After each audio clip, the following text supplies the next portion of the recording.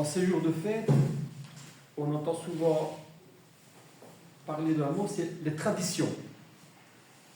Les traditions. Et je pense que la tradition, on en parle souvent lors des fêtes, des fêtes de quartier même, à différentes villes, lorsqu'on recherche la source d'une fête, quelle qu'elle soit, on tombe souvent sur ce mot tradition. Et le mot tradition, eh bien, on le retrouve aussi dans la Bible. Et j'aimerais avoir cette réflexion, une réflexion sur ce qu'est la tradition. Est-ce que parfois, parce que parfois, elle est vraiment source de confusion, d'égarement, de problèmes. Pas toujours, mais je pense que le chrétien doit prendre garde et réfléchir un peu sur cette question de tradition. Ici, si je devais donner un titre à la réflexion qu'il va y avoir, que je vais présenter ce matin, c'est le lien entre la lettre et l'esprit. La lettre et l'esprit. Parfois, elle est un danger, cette tradition, parce qu'on lui accorde plus d'importance que le commandement de Dieu. Encore aujourd'hui, on voit qu'il y a des groupes, que ce soit religieux ou pas, qui respectent des traditions depuis le premier siècle.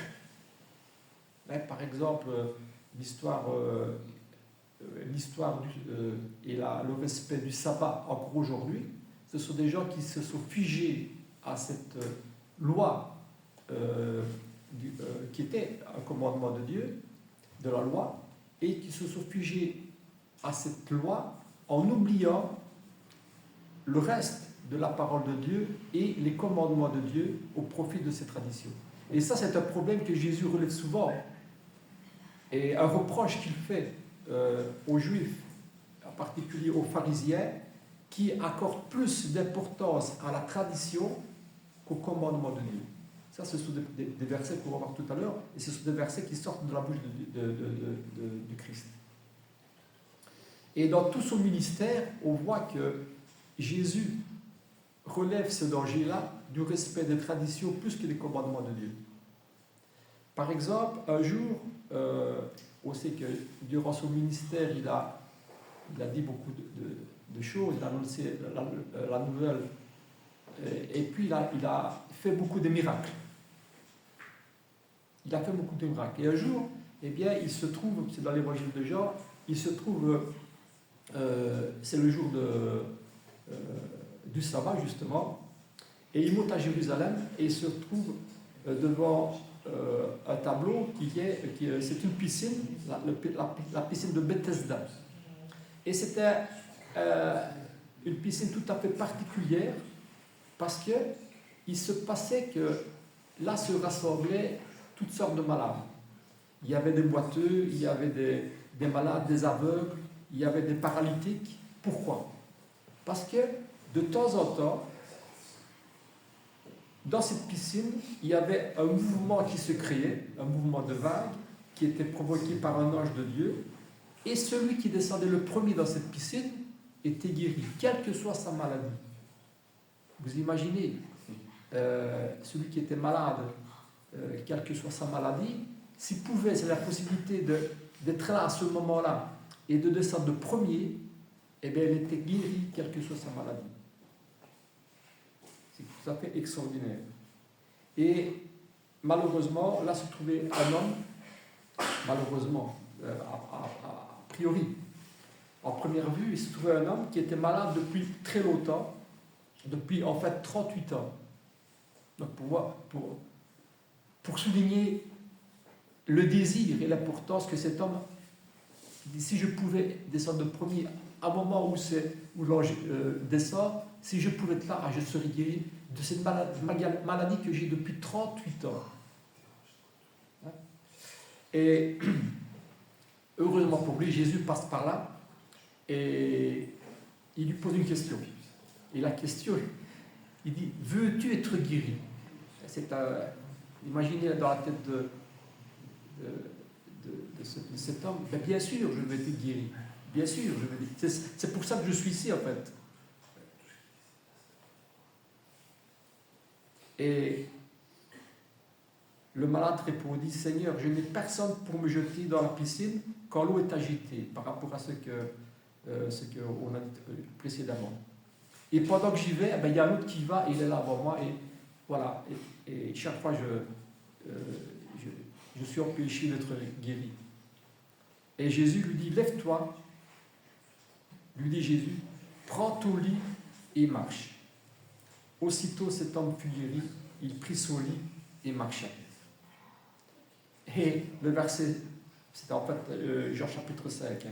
Le verset 10, il y a un petit détail qui est donné. C'était un jour de sabbat. Les Juifs dirent donc à celui qui avait été guéri, c'est le sabbat. Il ne t'est pas permis d'emporter ton lit. On voit à quel point le sabbat avait plus d'importance que les choses qui avaient vraiment de l'importance.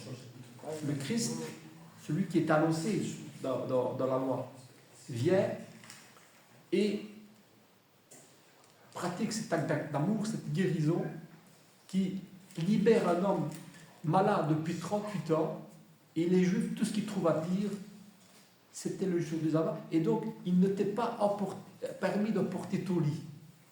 Donc voilà à quel point la tradition peut l'emporter sur les commandements de Dieu.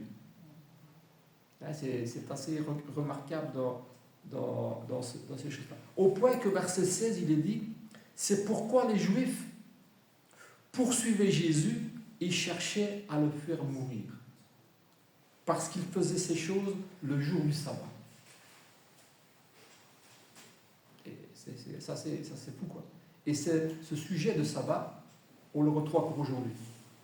Ça s'est transmis jusqu'à aujourd'hui. Je pense que demain, il sera encore là. Ça, c'est la tradition. C'est la relation entre la lettre et l'esprit. Et c'est vrai que vous allez dire, mais mon voisin pourrait dire, mais tu sais, ce commandement-là, il vient de la loi. Et le jour du sabbat, il est dit je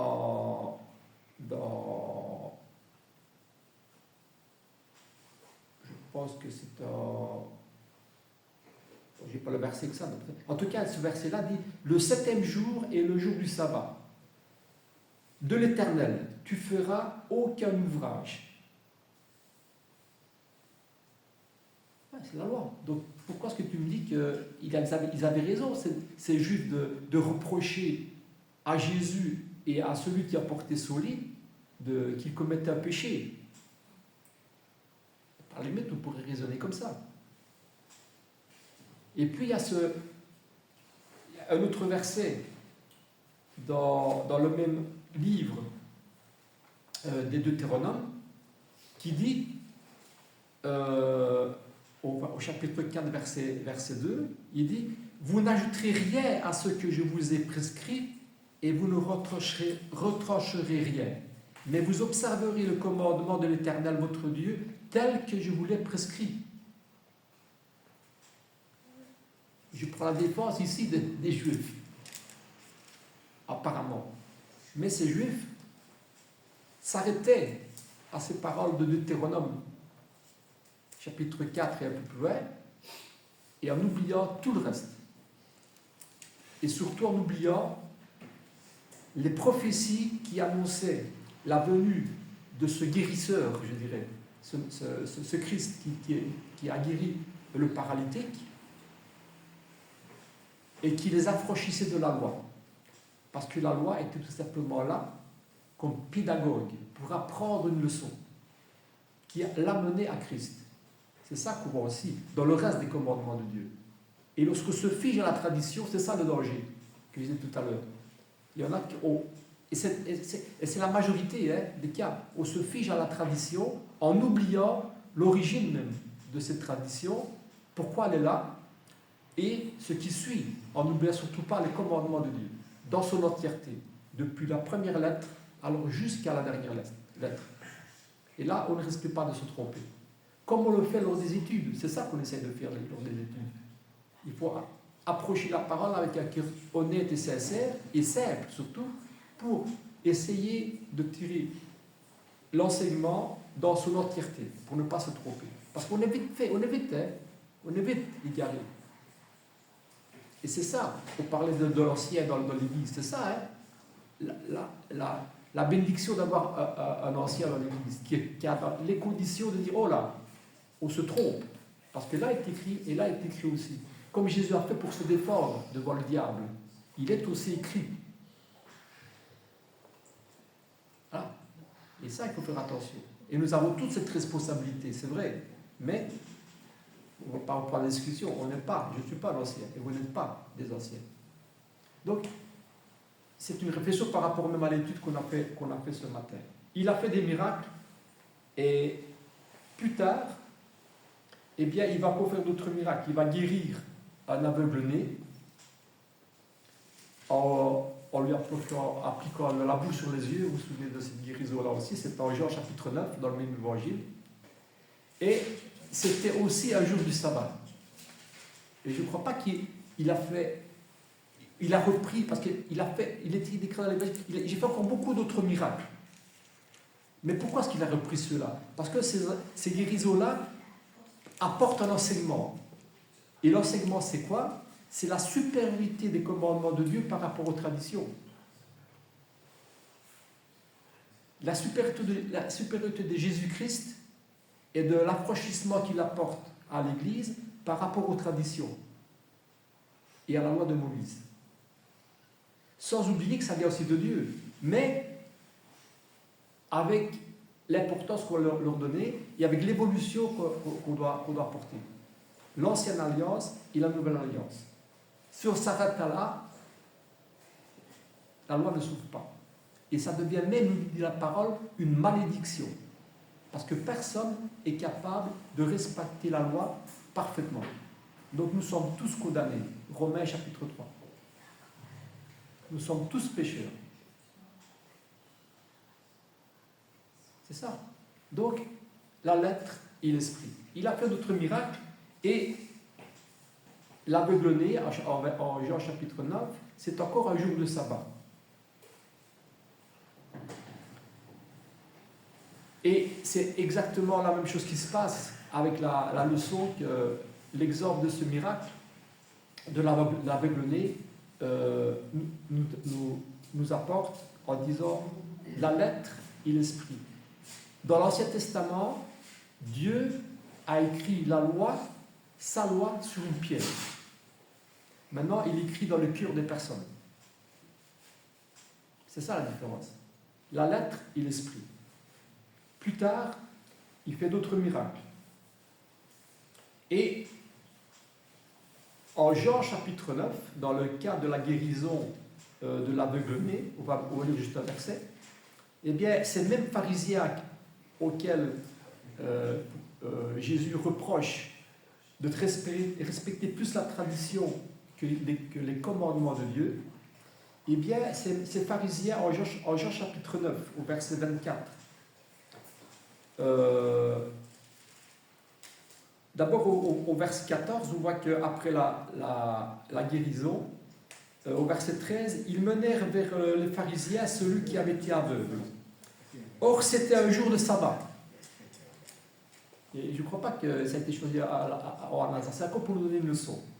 Et au verset 24, on voit que les pharisiens appelèrent une seconde fois l'homme qui avait été guéri. L'homme aveugle, qui était aveugle. Et lui dirent, donne gloire à Dieu. Nous savons que cet homme est un pécheur, en parlant de Jésus. Il répondit, si c'est un pécheur, je ne le sais pas. Je sais une chose, c'est que j'étais aveugle et que maintenant je vois. Ils lui dirent, que t'a-t-il fait? Comment t'a-t-il ouvert les yeux? Il leur répondit, je vous l'ai déjà dit, et vous n'avez pas écouté. Pourquoi voulez-vous entendre de nouveau? Voulez-vous aussi devenir ses disciples? C'est une scène presque comique, dramatique et comique.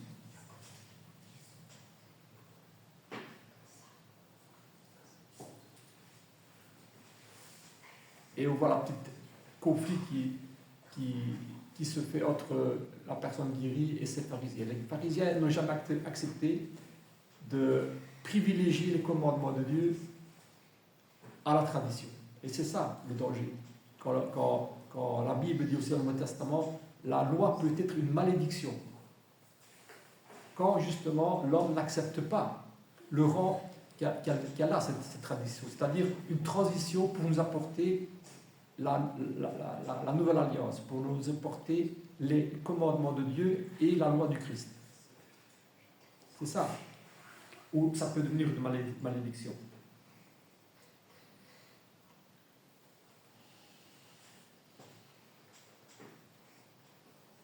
Et Jésus essaie de faire comprendre ça à tous, même aux pharisiens. Et en Marc chapitre 7, eh bien, on voit une discussion qui se passe justement entre les pharisiens et Jésus concernant ce problème-là.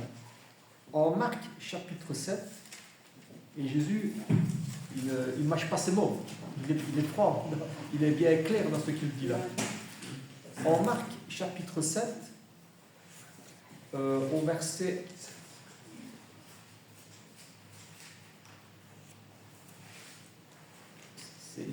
on peut lire le début du verset, mais en fait, on voit que les pharisiens et tous les juifs eh bien, reprochent à Jésus d'avoir mangé, que les disciples de Jésus ont mangé sans se laver les mains. Encore une loi qui vient de l'Ancien Testament. On peut retourner en Deutéronome pour aller voir cette loi-là.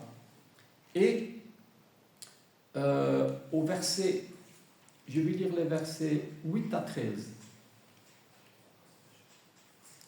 Et d'abord, les Juifs posent à Jésus la question au verset 5, pourquoi tes disciples ne mangent-ils pas, ne suivent-ils pas la tradition des anciens, mais prennent-ils le repas avec les mains impures? Donc c'est vraiment le contexte, hein, on ne va pas lire tout le truc. Et au verset 8, voilà ce que répond Jésus, le Fils de Dieu. Il dit, vous abandonnez les commandements de Dieu et vous observez les traditions des hommes. Il leur dit encore, vous anéantissez fort bien le commandement de Dieu pour garder les traditions, votre tradition. Car Moïse a dit, honore ton père et ta mère, celui qui maudira son père ou sa mère sera puni de mort. Mais vous dites, si un homme dit à son père ou à sa mère, ce dont j'aurais pu t'assister est corban, c'est-à-dire une offrande, c'est-à-dire une offrande à Dieu.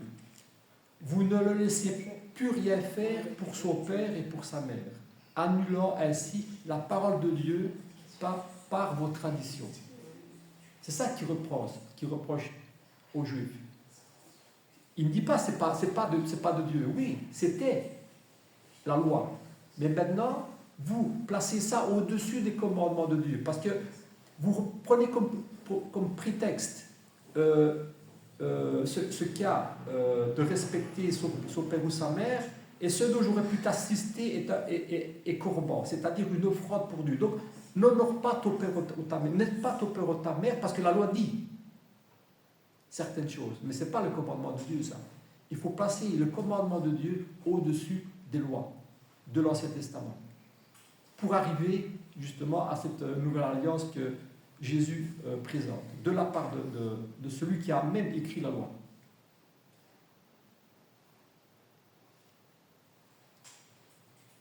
Au point qu'on annule la parole de Dieu au profit des traditions, dit-il aux pharisiens. Et ça, il y a plein de cas dans les évangiles. C'est toujours le même problème. Ils se sont figés à la loi.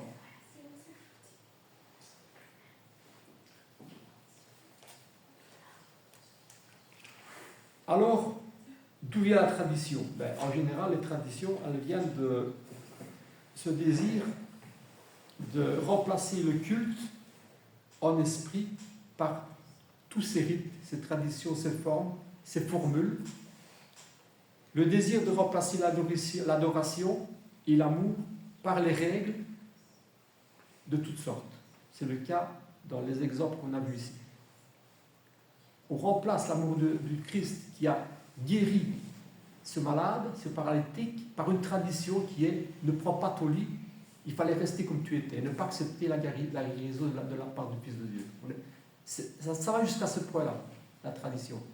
et le danger de la tradition. Le danger de cette tradition, c'est le comportement aussi.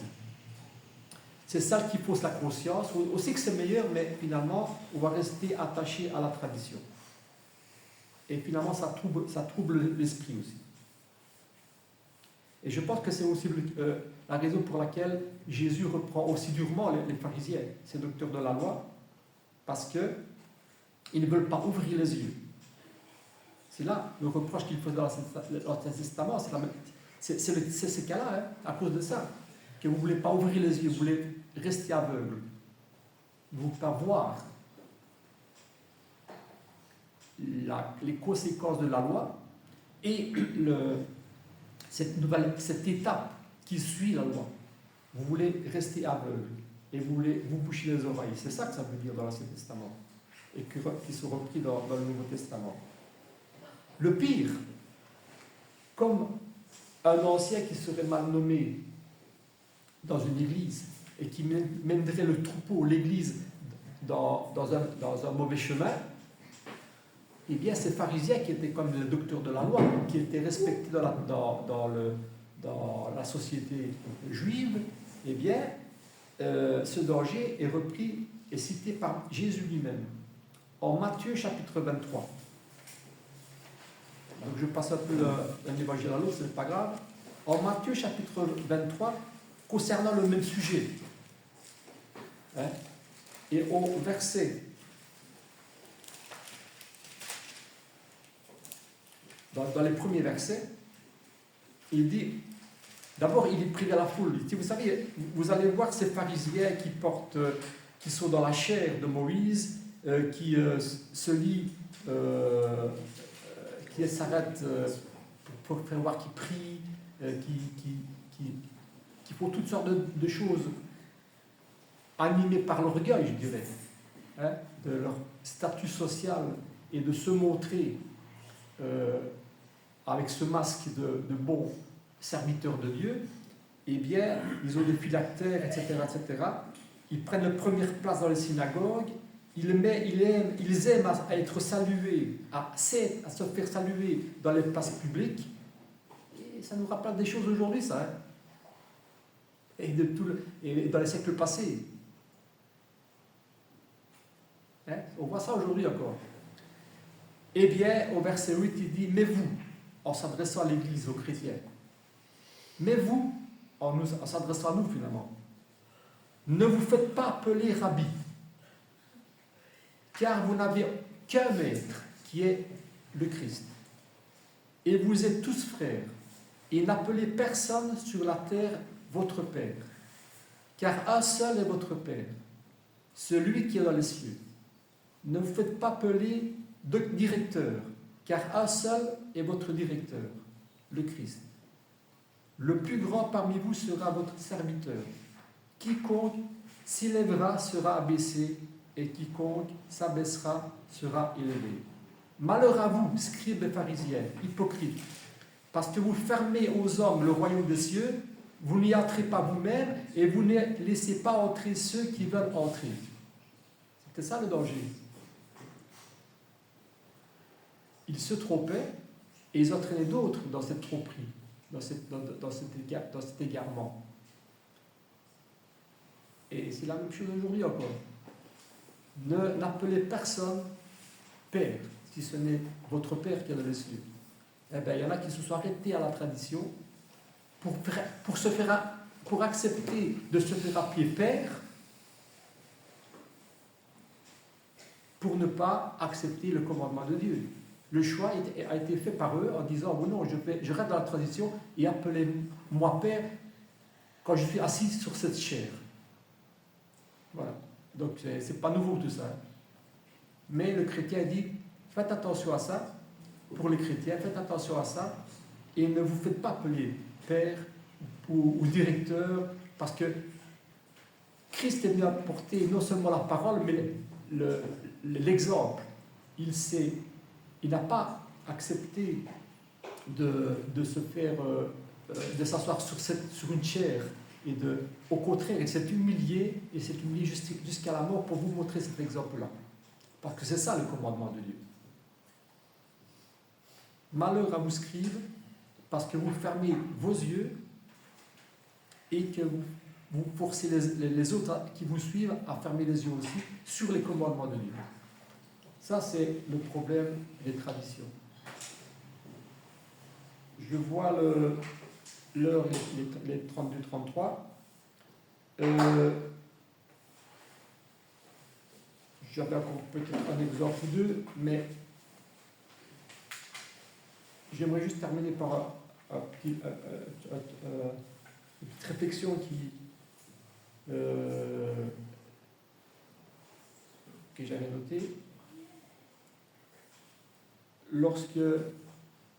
Ou alors non, je vais arrêter là parce qu'il est tard, et peut-être je prendrai le temps de reprendre un petit peu ce sujet pour encore prendre 2-3 exemples et approfondir un petit peu ce sujet qui est quand même important.